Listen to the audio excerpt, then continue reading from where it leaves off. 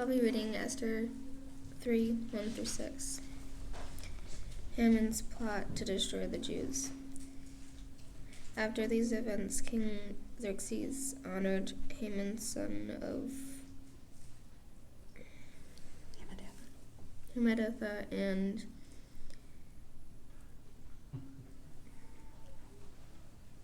the Agagite, elevating him and giving him a seat of honor higher than that of all the other nobles. All the royal officials at the king's gate knelt down and paid honor to Haman, for the king had commanded this concerning him, but Malachi would not kneel down or pay him honor. Then the royal officials at the king's gate asked Malachi, "Why do you disobey the king's command?" Day after day they spoke to him, but refused to comply. Therefore they told Haman about it to see whether Malachi's behavior would be tolerated. He had told them he was a Jew. When Haman saw that Malachi would not kneel down or pay him honor, he was enraged. Yet having learned who Malachi's people were, he scorned the idea of killing only Malachi. Instead, Haman looked for a way to destroy all Malachi's people, the Jews, throughout the whole kingdom of Xerxes.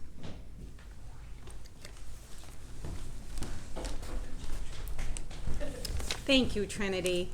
And I really appreciate it because the person who was supposed to read today got stuck in the weather. It didn't come because of the weather. So to get all those hard words put on you at the last minute was very brave of you to come up and do that. So thanks, Trin. You did a great job. Those are words I don't know how to pronounce, and I bet Pastor Mike doesn't either. Is my mic not on? I don't think so. Is it green? No. Is it dead? I think it's dead. It's red. Nope, there it Oh, it's red, but it's working. Okay. So thanks, Trin. So I thought I'd start by introducing a little bit about the book of Esther. Some scholars don't think the book of Esther is based on actual events. And I think the battery's dead on that, so I'll bring this a little bit closer. Some don't think it's based on actual events. I'll give you new batteries. We're just starting. Yeah. We'll just Are we on start. camera? Yeah. Great. I'm glad we're recording all this. I'll bring it. Okay. So not all the scholars think the book of Esther is based on true events. Regardless of whether or not it's fiction or nonfiction, the setting is definitely historical. It's set somewhere between the 5th and 4th centuries BC, at a time when the Jewish people were ruled by a foreign power, the people of Persia, and many of them found themselves in exile or living in a different land, living in Persia. And it was at a time when God's works maybe did not seem as obvious to the people as they had in earlier times. And perhaps that is why, if you read the book of Esther, you don't see any overt mention of God. Perfect, thank you. There's no, or religious symbols. There might be a hint of it at one place or another, but there's no actual mention of God there. And traditional sermons probably would focus in on themes of courage and encouragement for people going through a very difficult time, and might focus on helping people keep their faith and their identity during those times. This isn't one of those traditional sermons. But before I start the sermon, I want to share a story with you. I recently bought a new car, and I was selling my old one and was cleaning out the car in order to sell it. And I cleaned out my glove compartment, and I found a bunch of random items. And I have a picture of those items so that you can see if you have any idea what they were, because I had no idea what they were. So I had no idea if they were important or not, if I should keep them or throw them away.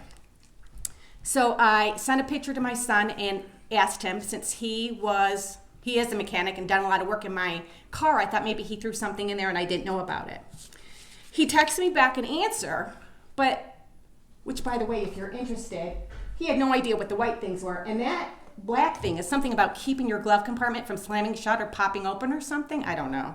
Anyways, but then later he called me and he said, Mom, why did you send me that information about forgiveness? And I said, I have no idea what you're talking about. I did not send you any information about forgiveness.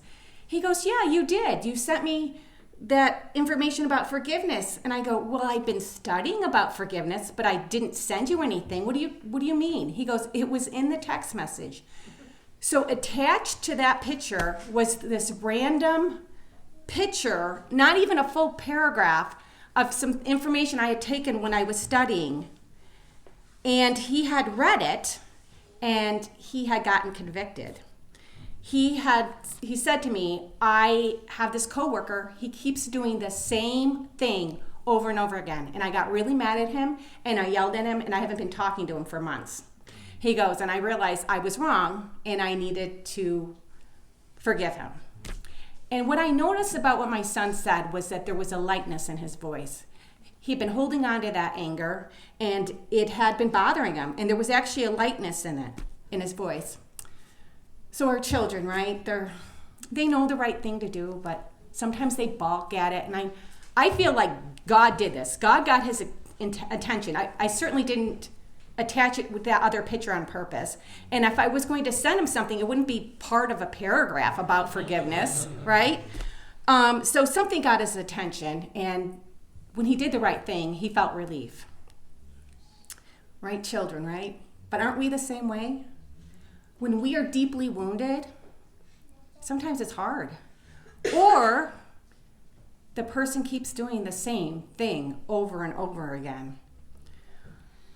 Sometimes we feel justified in holding a grudge. And when we're wronged or when we're hurt, I believe there are 3 ways we can respond.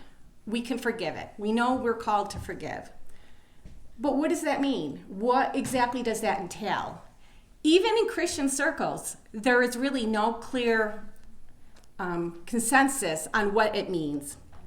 I want to offer you a definition that I think is biblical.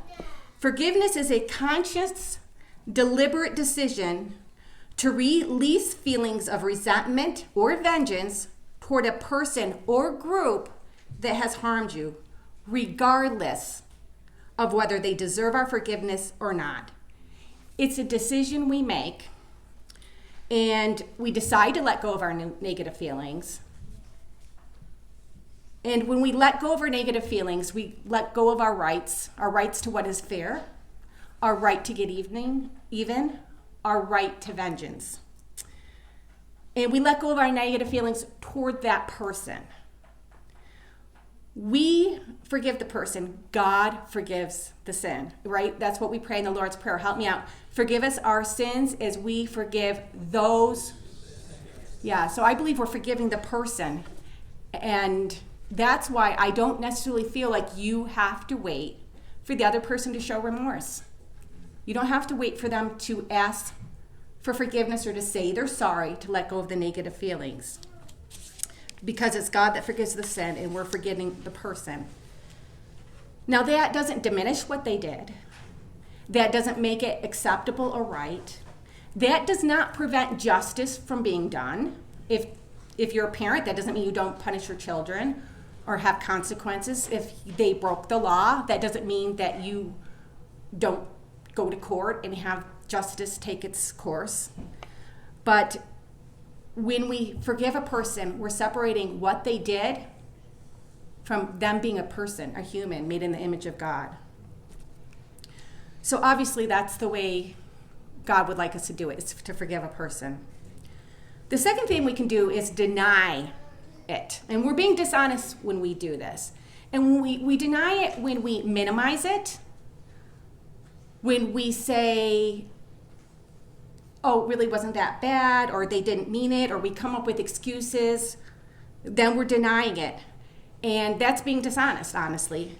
And when we do stuff down our emotions, what happens is they tend to pop back out and leak and come out in maybe snarky little comments, and the other person may have no idea where that came from, because sometimes another person has no idea that you're angry with them or that you've hurt them.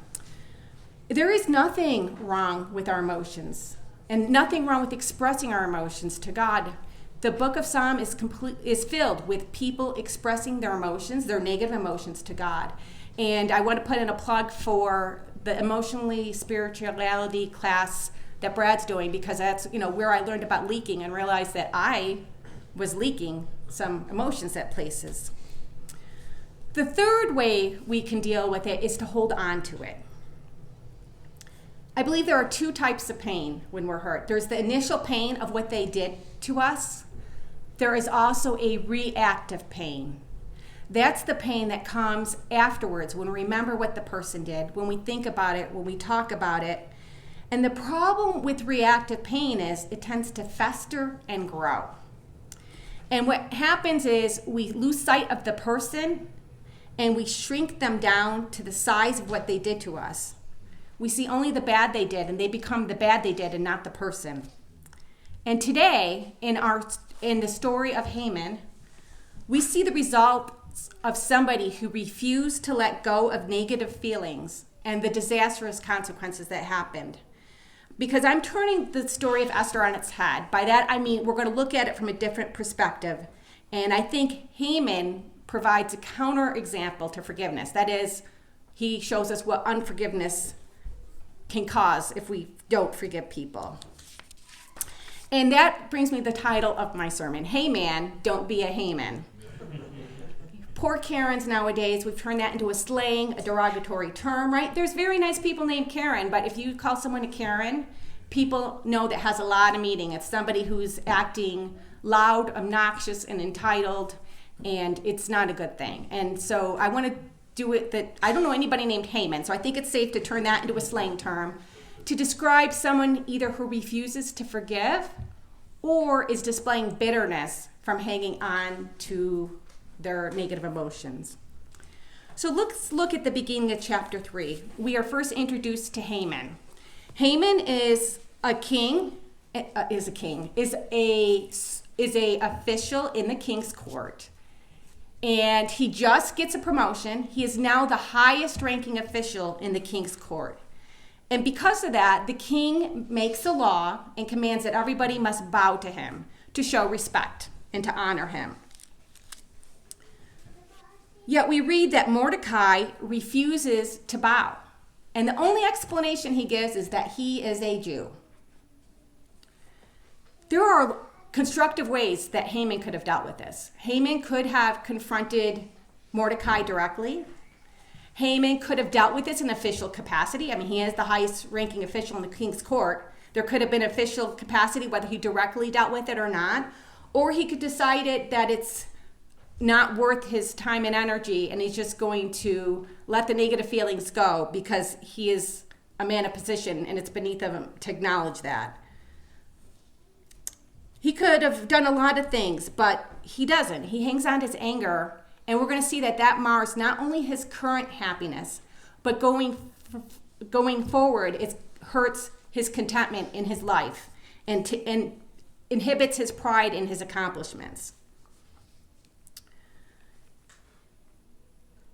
And even worse, I think, is not only does he hang on to his pride against, or his anger against Mordecai, but he projects his anger onto an entire people group. It says in verse 6, yet having learned who Mordecai's people were, he scorned the idea of killing only Mordecai. Instead, he looked away to destroy all the Jewish people. As the highest ranking official in the king's court, he had the means to do this. He went to the king and he gave him some information. Some of it was true, but some of it was not. He said to the king that the Jewish people are different. Well, the Jewish people were different. They did not live like the Persians. But then he lied. He said they do not obey the king's laws, and the king should not tolerate them.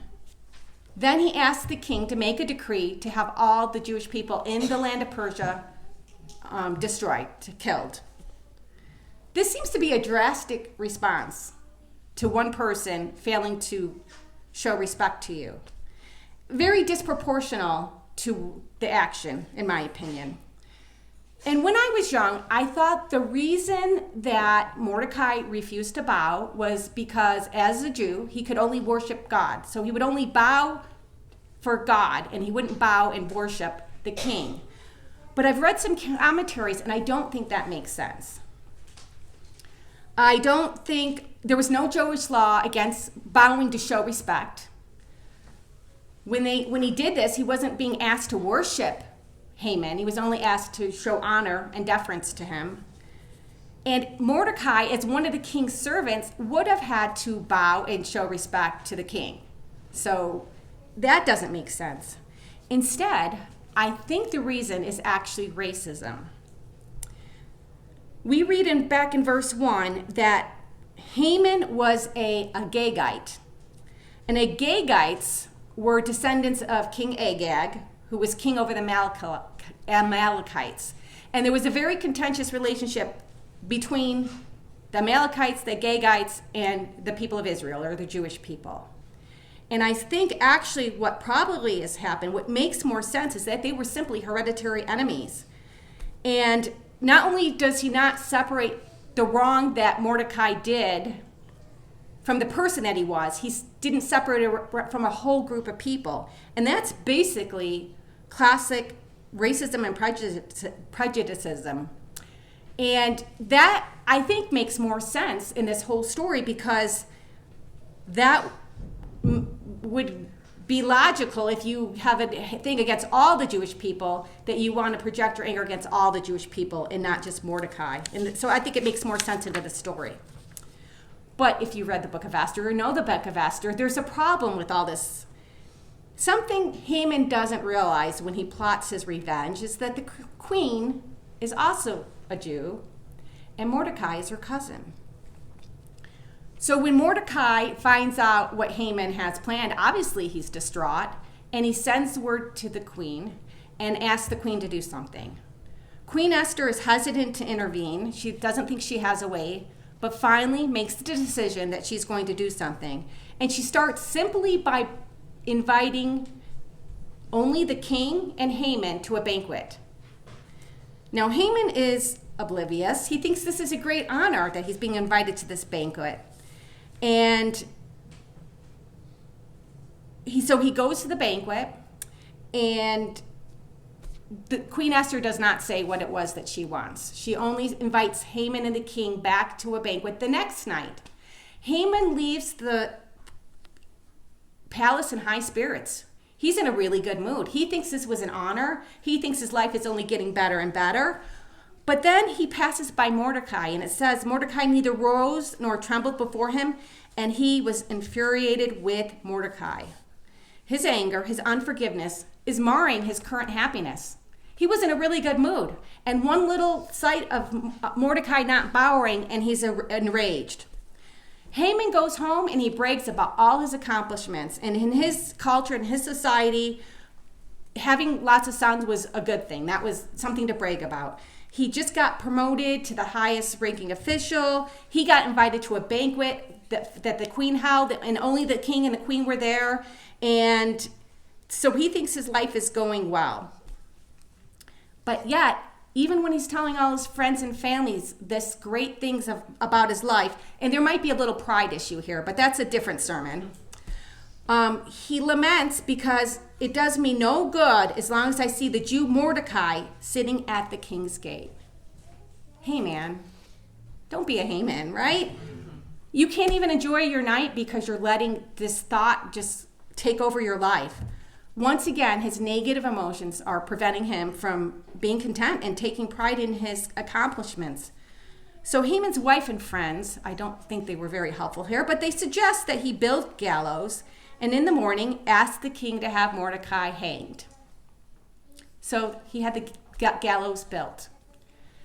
Meanwhile, that night back at the palace, the king is having insomnia. He can't sleep, so he asks somebody to read him some historical documents, because I have to agree, somebody reading me historical documents probably would put me right back to sleep too.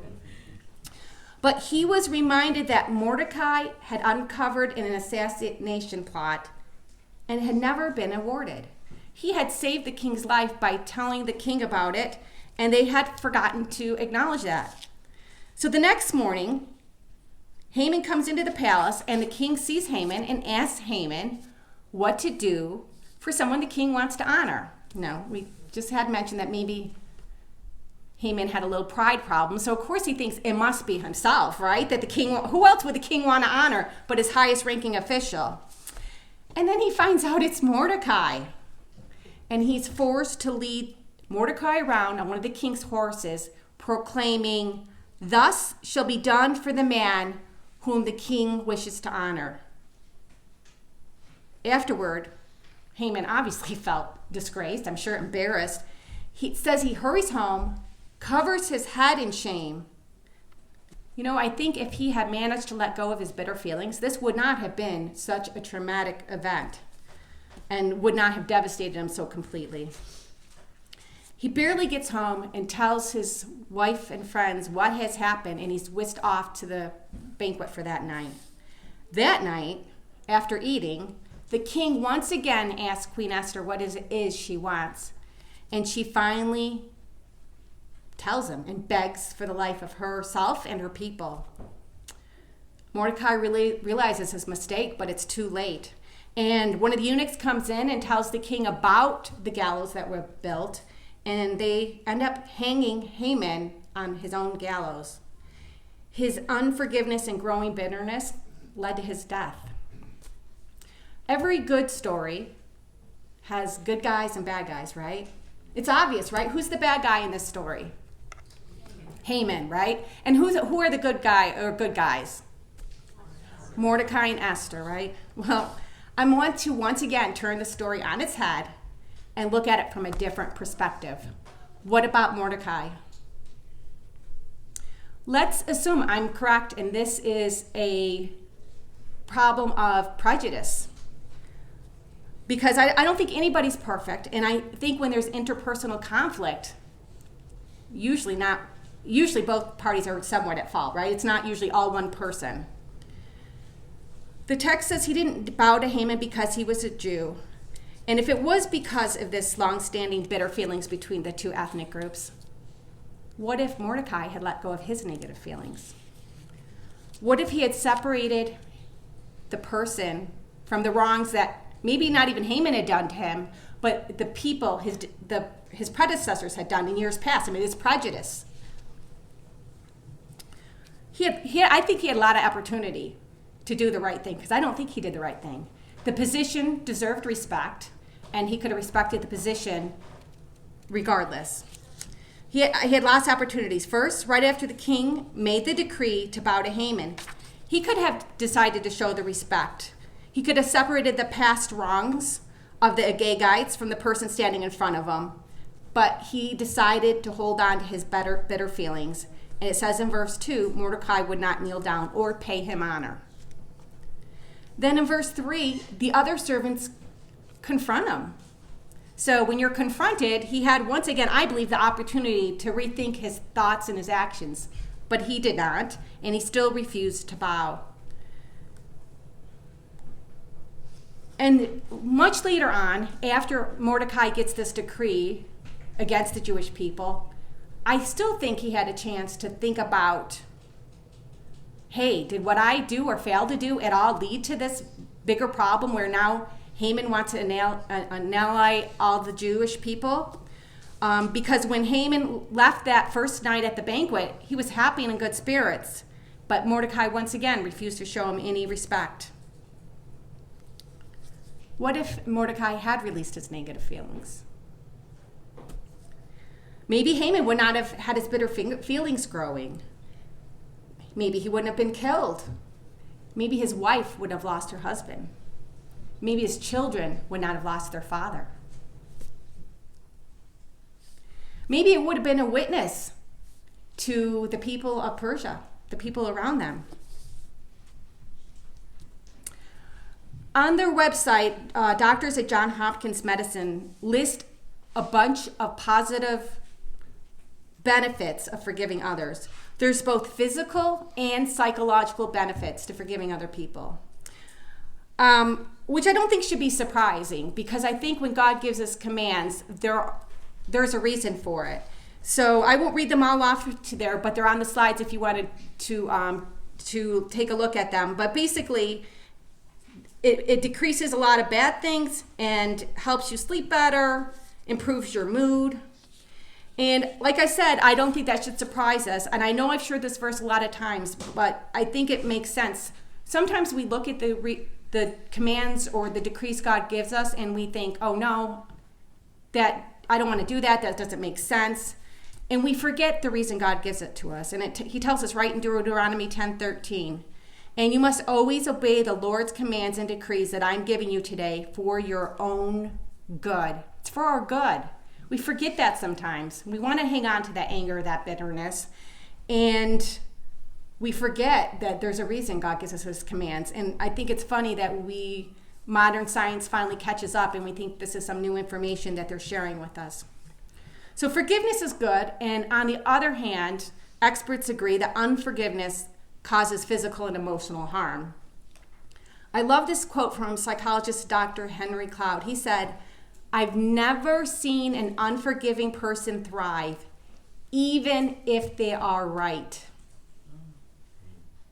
Yeah, I think that's powerful. Even if you're 100% in the right, which most of the time I don't, usually it's two people to fight, there's still negative effects. And Haman's life provides evidence of that being true. In his culture, he was at the height of his glory. He had just gotten a promotion. He was the highest ranking official in the king's court. He had lots of sons. He had honor and respect being given to him, yet he allowed his anger to grow and it hindered his happiness. And he felt his anger was legitimate. And I have to say, I think it was too. He had worked hard. He'd gotten that promotion. I'm sure he thought he deserved the promotion. And I'm sure he thought he deserved the respect that went with that promotion. And when you forgive somebody, you're not releasing them from all the consequences. So I think he could have let go of the negative feelings and followed up and dealt with the situation without letting his bitterness disproportionately affect things. His bitterness wouldn't have grown and it wouldn't have been transferred to an entire people group. And maybe he could have found contentment and pride in his accomplishment without continually being marred by these bitter feelings. He certainly wouldn't have been killed because he wouldn't have tried to kill all the Jewish people. When we forgive, we are actually the people that benefit. To forgive, and I like this quote too, to forgive is to set a prisoner free and to realize the prisoner is you. Is there someone that has wronged you, or is there some situation where you're struggling to forgive? Is your anger making a situation worse? Is refusing to forgive making you miserable? And like we have mentioned a couple times, even when you forgive, that does not prevent you from confronting, and you may need to confront somebody or have a person in authority address the situation. But I want to say forgiveness is a conscious, deliberate decision. It's a decision you make. That's where you start, is by making the decision. I honestly think, Pastor Mike and I have talked about this, a lot of times it's the decision to actually do something that's more difficult than actually following up and doing whatever it is. Some of you may be thinking, you don't understand. I could never, you don't know my situation. I had a friend I was talking to as I've been studying forgiveness in a college class over the last maybe 6 months. And my friend confided in me that she'd been sexually abused as a child by a family member who she was now forced to see on a regular basis. And I looked at her as I have all this sermon prepared, and I said to her, how did you forgive? I mean, I think I have the answers, right? I've written this wonderful sermon. How did you forgive? And this is what she said. I'm going to read it to you. It is a decision I make every single day. I said, oh, you could preach my sermon. It's not a feeling, it's a choice. And it might not be a one-time done deal. And I think forgiveness and interpersonal relationships is a very, there is more to this, and we're hoping to do a series over the course of a year looking at different aspects of forgiveness. And today I really wanted to focus on just making the decision, that it's a decision to let go of the negative feelings. It doesn't make there's no way sexually abusing a little kid is right, okay. There's no way to minimize that. There's no way to justify that. There's no way to make that right or even or anything like that. And it's just a decision you need to make. But if you are looking for some thoughts, if you're going to make that first step and make that decision to let go of your negative feelings, I think it's deciding to go to God with your feelings and not other people. When you go around sharing to everybody, have you ever met somebody, every time you meet them, they tell you the same story? Like, it's a horrible story, but they tell you the same story. And that just lets the bitterness grow and grow and grow. So not to say you can't go to a counselor or trusted friends with situations, but if you're going to everybody and just complaining about another person, that allows the bitterness to grow and actually diminishes the humanity of the other person and causes other people to think negatively about them too. So I say go to God and ask him for help. And when your anger rises up, acknowledge it. It's okay that you were angry. It's okay for my friend to be angry and hurt about what happened to her as a kid. But then make that decision to let go of it. And it may be a process. And it may not be easy. Let's pray. Lord, I think we've all had hurts in our past. And I think we all probably have some situations that like to pop back up and bring back negative feelings. And we ask for your help. Help us to make that decision, first of all, that we are not going to hold on to it. Make that decision to ask you for help. And we ask for help in allowing us to feel those feelings, but then to release them and to be able to see that person as a human once again, and to be able to separate that person from what they did to us. And we know that you're all powerful. You've created the world, you intervene in mighty ways, and you can help us through these difficult times. In Jesus' name, amen.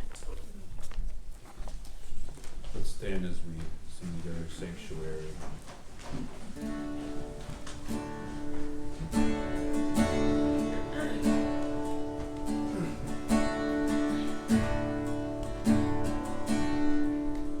Lord, prepare me to be a sanctuary,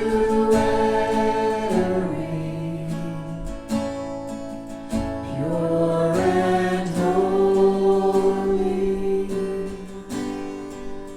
tried and true, with thanksgiving. I'll be a living sanctuary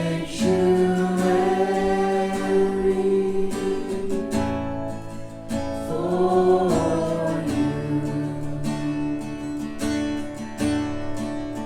Lord, prepare me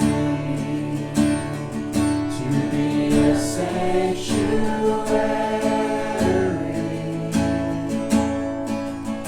pure and holy,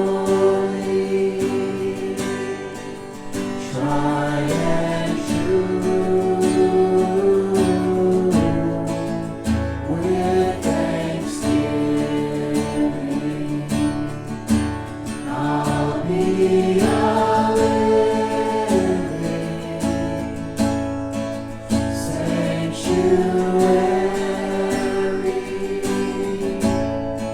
for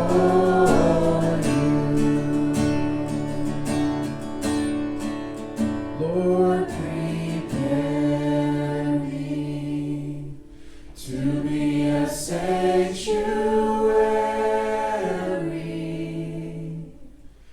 pure and holy,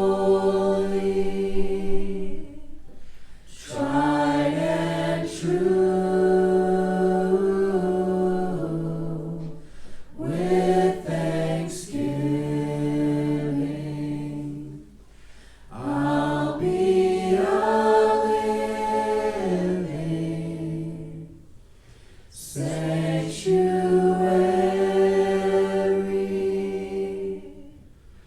for you.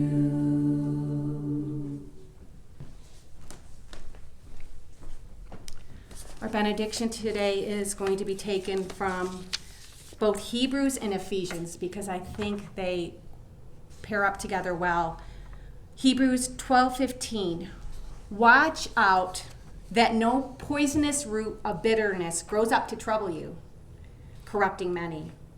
Instead, I pray that from his glorious, unlimited resources, he will empower you with his inner strength, through his Spirit.